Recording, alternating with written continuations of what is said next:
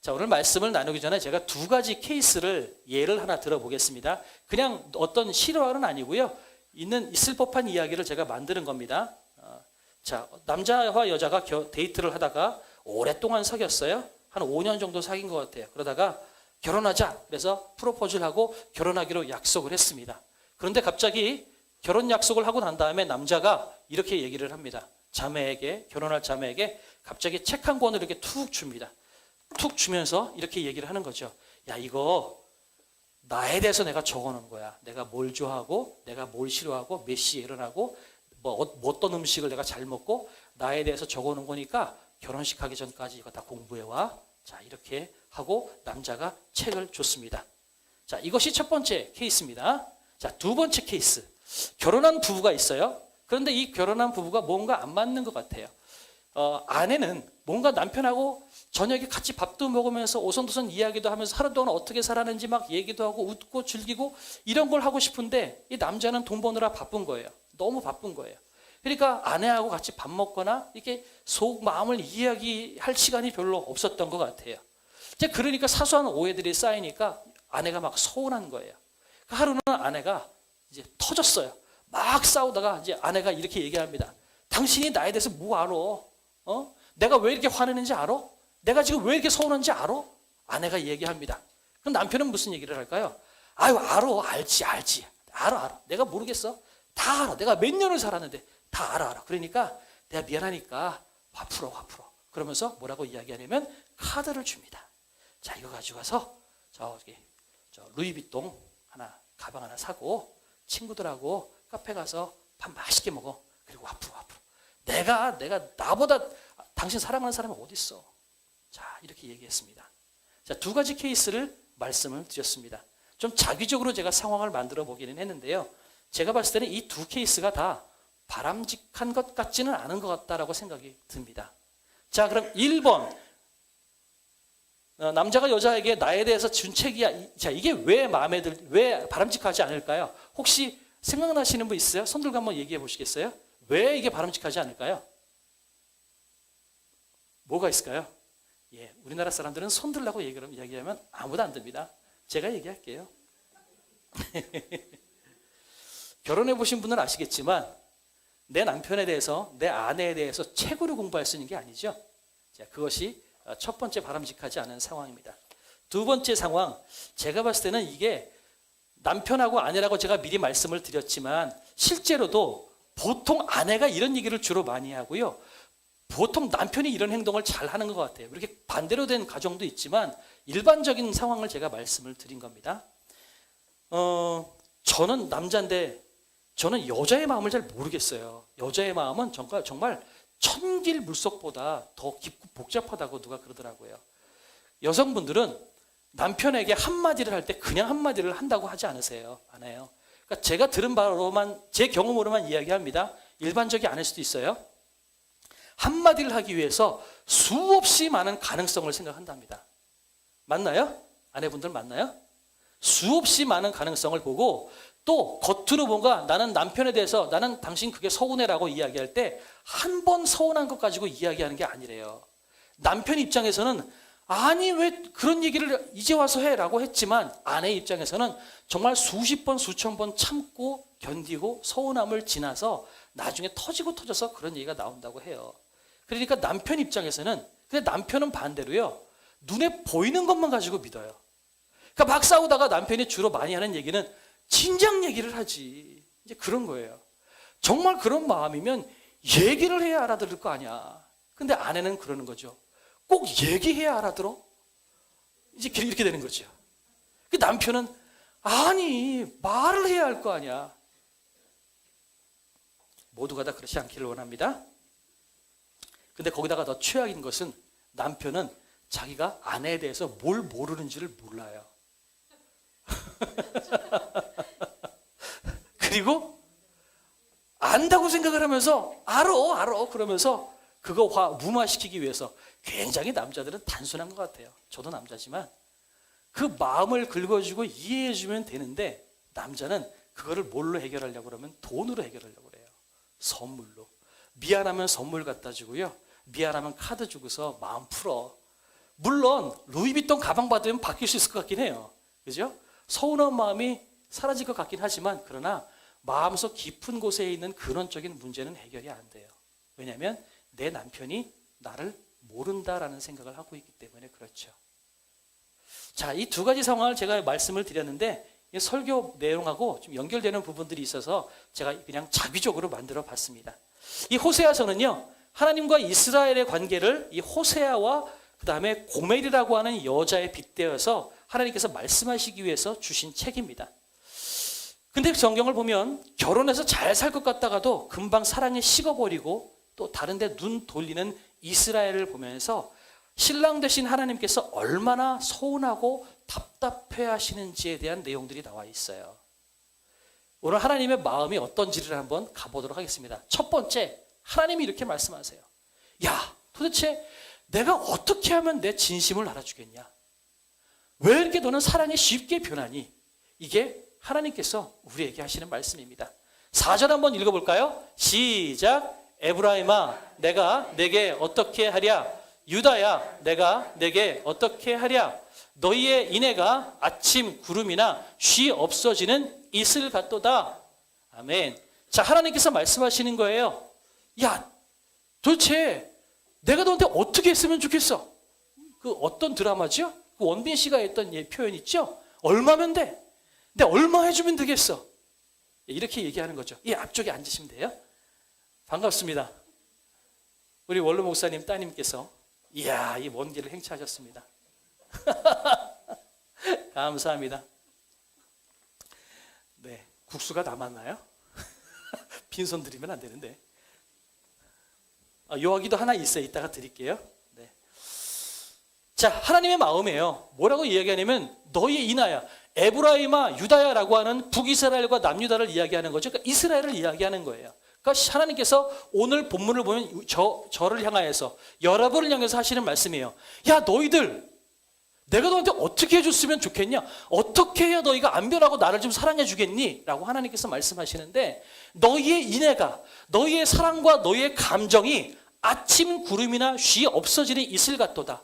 아무리 이슬이 많이 내리고 안개가 자욱하게 꼈다 할지라도요, 새벽에 햇빛 한번 쫙 찌면 언제 그랬냐는 듯이 싹 맑아지는 것처럼 금방 사라지는 거예요. 그러니까 우리가 하나님을 사랑합니다, 내가 주님을 예배합니다라고 하지만 우리의 사랑의 감정이나 우리가 하나님을 예배하는 그 마음이 얼마나 가볍고 얼마나 부질없는지 하나님께서 우리에게 말씀하시는 거예요. 우리 한번 생각해 보세요. 찬양하면서 이런 얘기 하잖아요. 하나님 사랑합니다.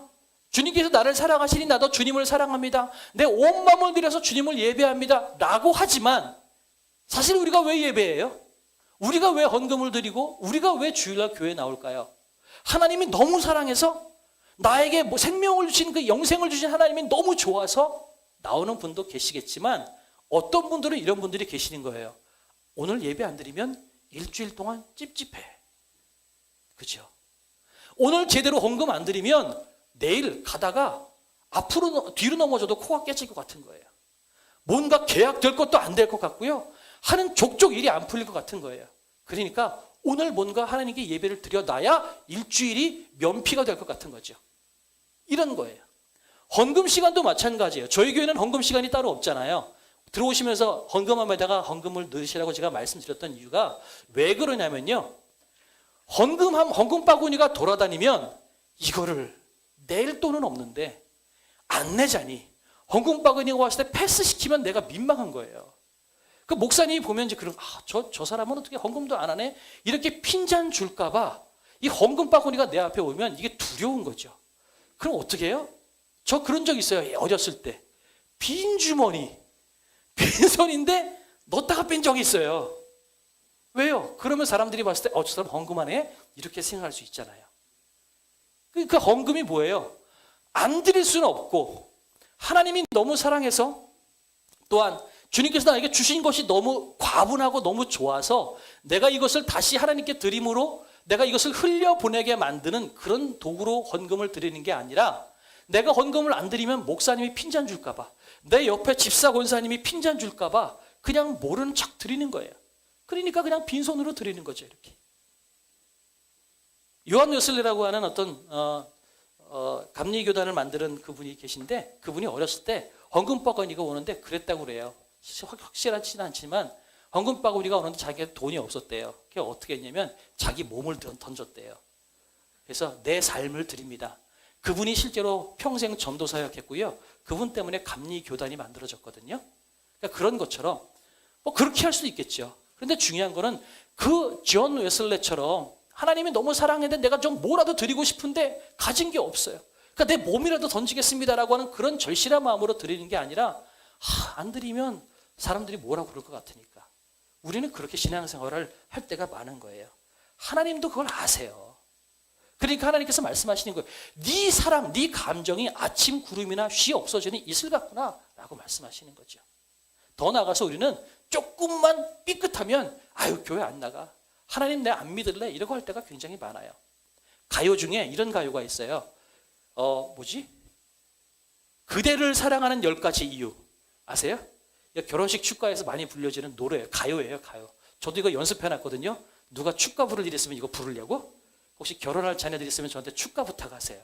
제가 축가 전문입니다. 그래서 이거 연습해놨는데 그대를 사랑하는 10가지 이유. 그런데 우리는 하나님을 믿기 싫은 100가지 이유가 있어요. 뭐 하다가도 삐끗하면 안 믿고, 기도 응답 빨리 안 해주면 하나님 떠나고 싶고요. 사는 게 힘들면 하나님 떠나고 싶고, 교회가 우리 집에서 멀면 하나님 떠나고 싶고요. 교회 어느 집사님이 꼴 보기 싫으면 하나님 믿고요. 우리는 하나님을 믿고 싶지 않은 수도 없이 많은 이유가 있습니다. 그런데 하나님이 그걸 답답해 하시는 거예요. 그러면서 하나님께서 말씀하시는 거예요. 도대체 내가 너한테 뭘 해주면 좋겠니? 나는 너한테 영생, 생명을 주기 위해서 내 하나밖에 없는 독생자 예수 그리스도까지 너한테 바쳤는데, 아니 생명을 줬는데 더 필요한 거 있니? 도대체 뭘 해주면 네가 사랑이 안 변하겠니? 이게 하나님의 마음이에요. 두 번째, 하나님께서 말씀하시는 거예요. 나는 네가 나를 좀 사랑해 줬으면 좋겠어. 마음을 줬으면 좋겠어. 행동 말고 마음을 줬으면 좋겠어 말씀하시는 겁니다. 6절 볼까요? 시작. 나는 인애를 원하고 제사를 원하지 아니하며 번제보다 하나님을 아는 것을 원하노라. 제사와 번제, 우리말로 따지면 예배겠죠. 그러니까 예배 열심히 나오는 사람들한테 말씀하시는 거예요. 나 너 예배 드리는 거 원치 않아. 마음이 와야지. 나는 네가 나를 사랑해 줬으면 좋겠지. 사랑하지도 않는데 억지로 끌려와서 어거지로 예배드리고 내기 싫은 헌금 억지로 내는 그 헌금 하지 마. 차라리 그냥 빈손으로 와도 좋으니까 내가 사랑해서 나를 만나고 싶은 마음에 나를 만나기 위해서 왔으면 좋겠어. 나는 너한테 인애를 원해. 사랑을 원하고 은혜를 원하고 나는 너에게 감정을 원해.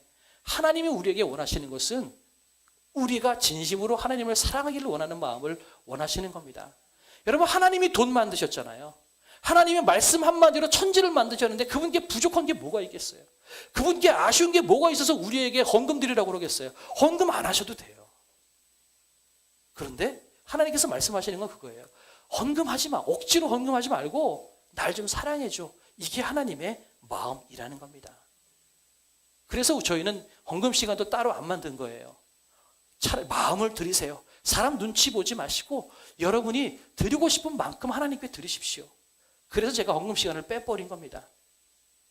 그러면서 이야기하는 거죠. 처음에 케이스처럼 명품백이 아니라 레스토랑에서 근사한 밥을 먹을 수 있는 카드를 나에게 주는 것이 아니라 나를 사랑해주고 나를 안아주고 내 마음을 이해해주는 것을 원해.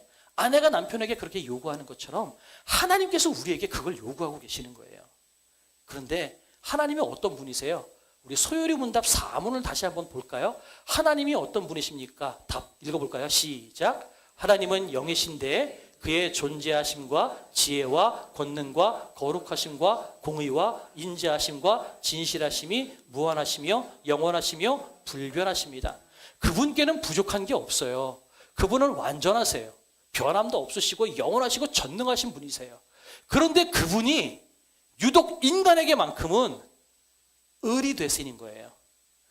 천지를 만드신 하나님께서 인간 앞에서는 마치 힘없는 그 여인의 모습처럼 벌벌벌벌 기시면서 날 좀 사랑해줘 라고 말씀하시는 거예요. 왜 그럴까요? 여러분, 남자와 여자 중에요, 더 사랑하는 사람이 을이 돼요. 아세요? 덜 사랑하는 사람이 갑이 돼요. 더 많이 사랑하면 내가 사랑하는 그 사람이 나에게 무엇을 하든지 아픔을 감당하고 손해보는 걸 감당해서라도 나는 그 사람을 사랑하는 거예요.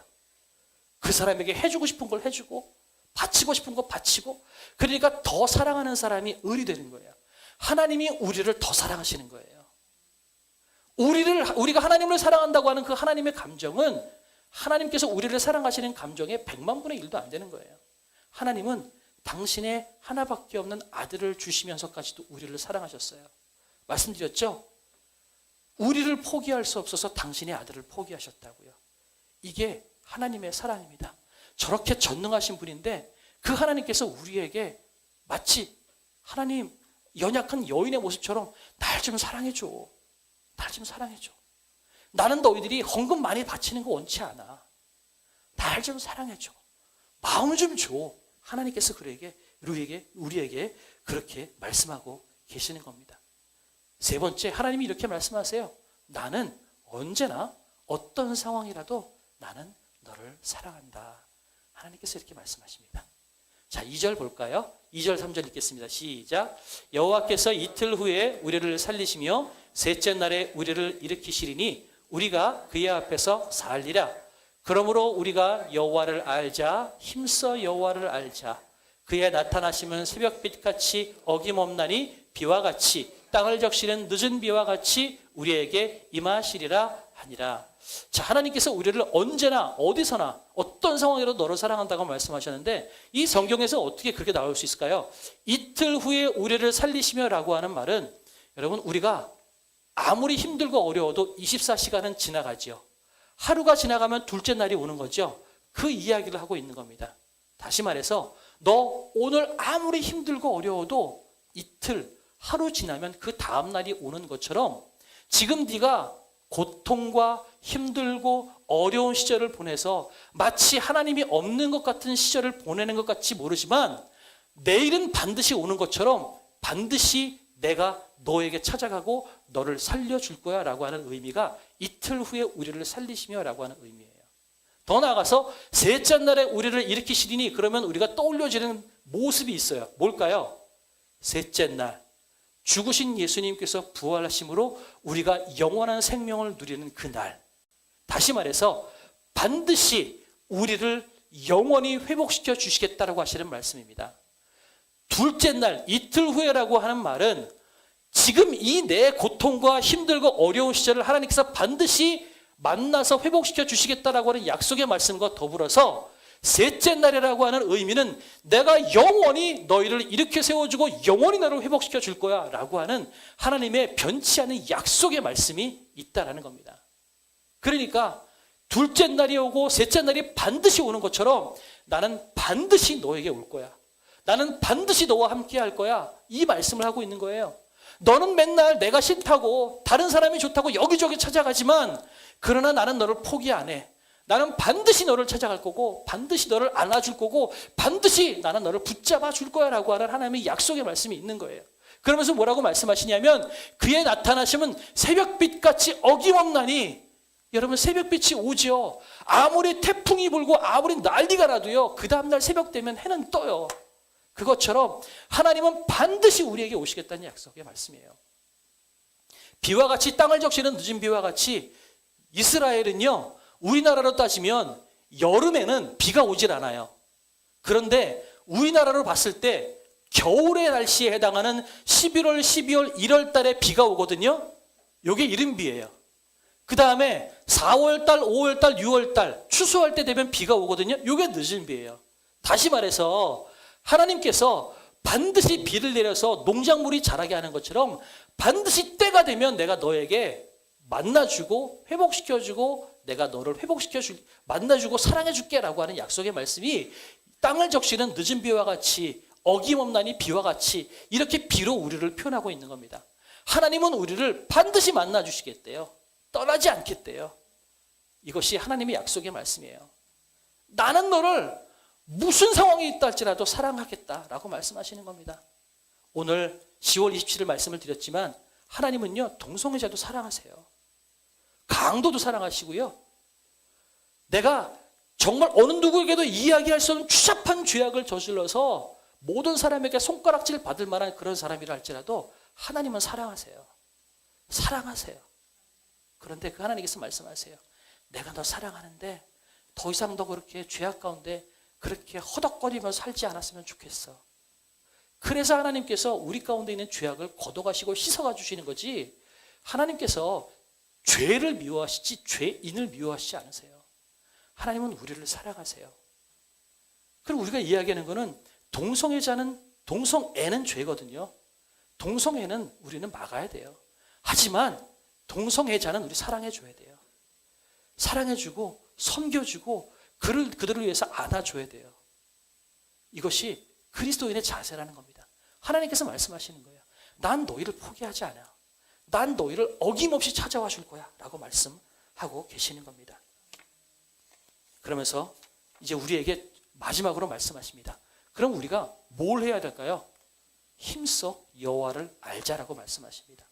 힘써 여호와를 알자.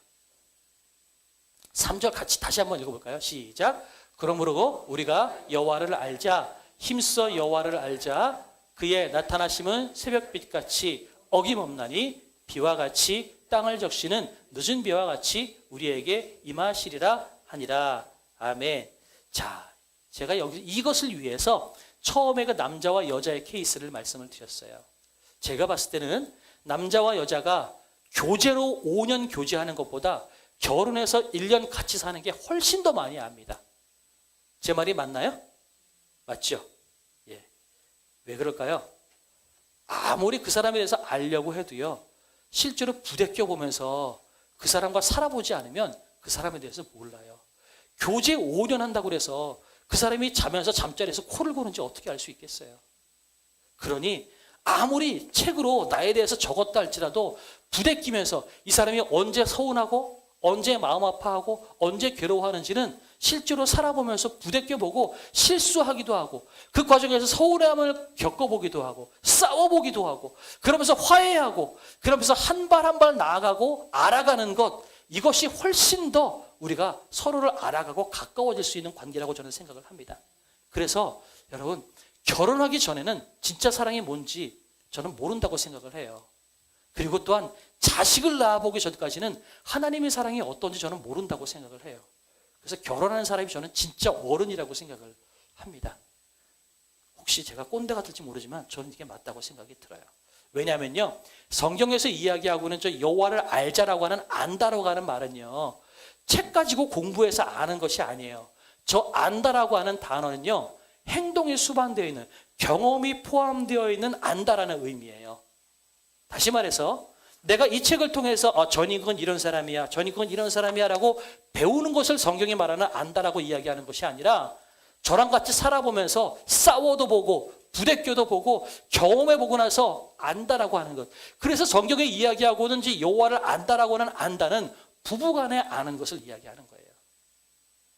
남편의 알을 어느 누가 알 수 있겠어요?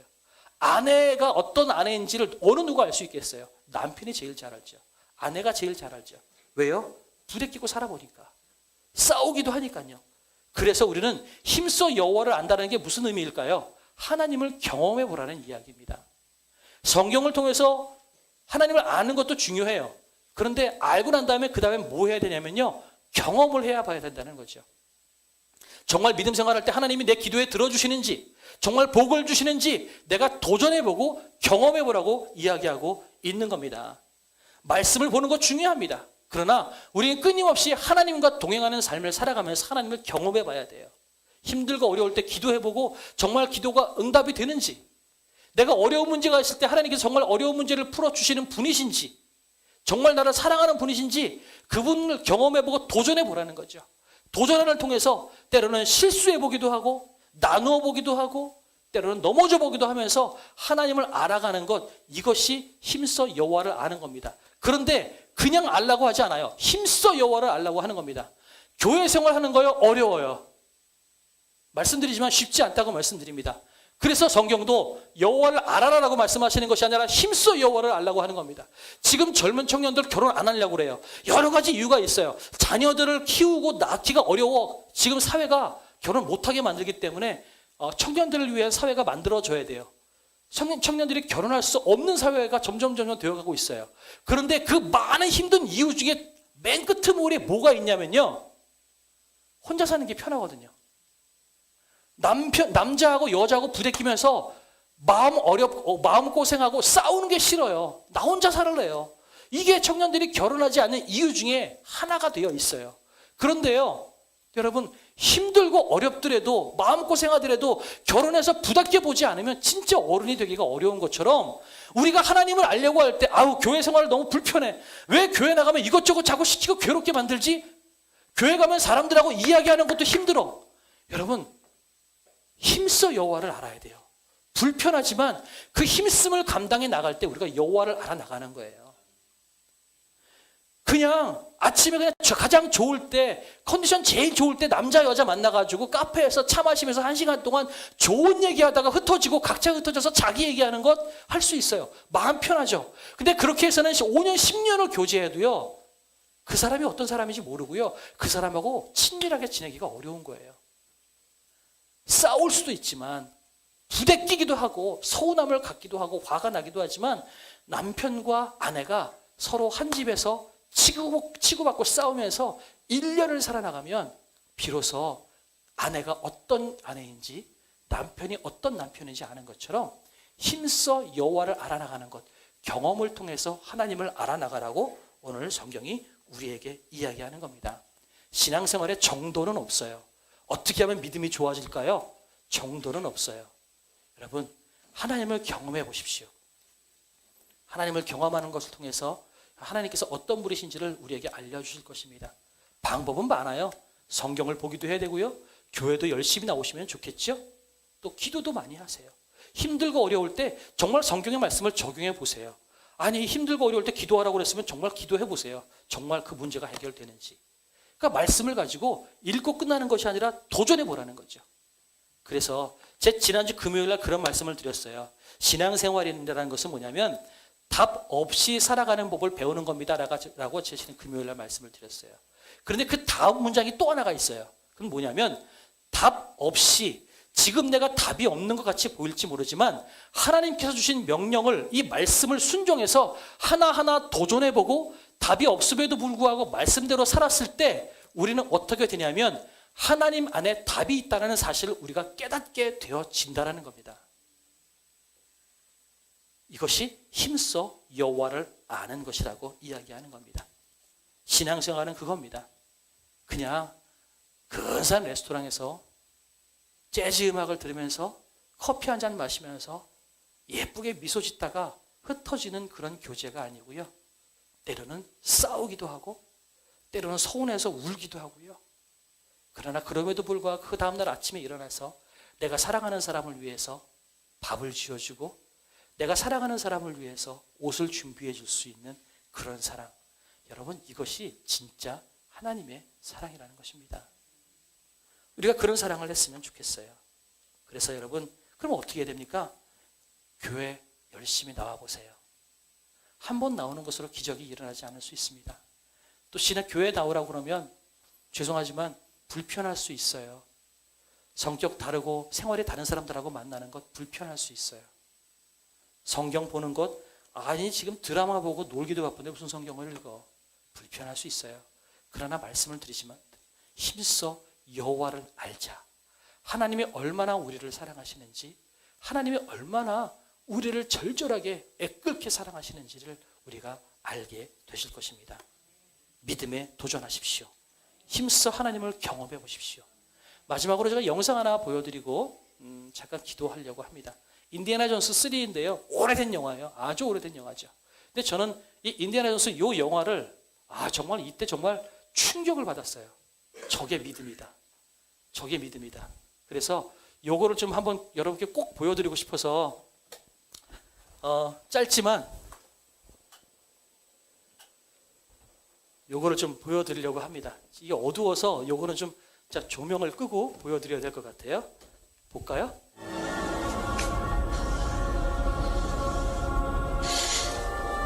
Only in the leap from the lion's head can he prove his worth. It's impossible. Nobody can jump this. Leave, boy.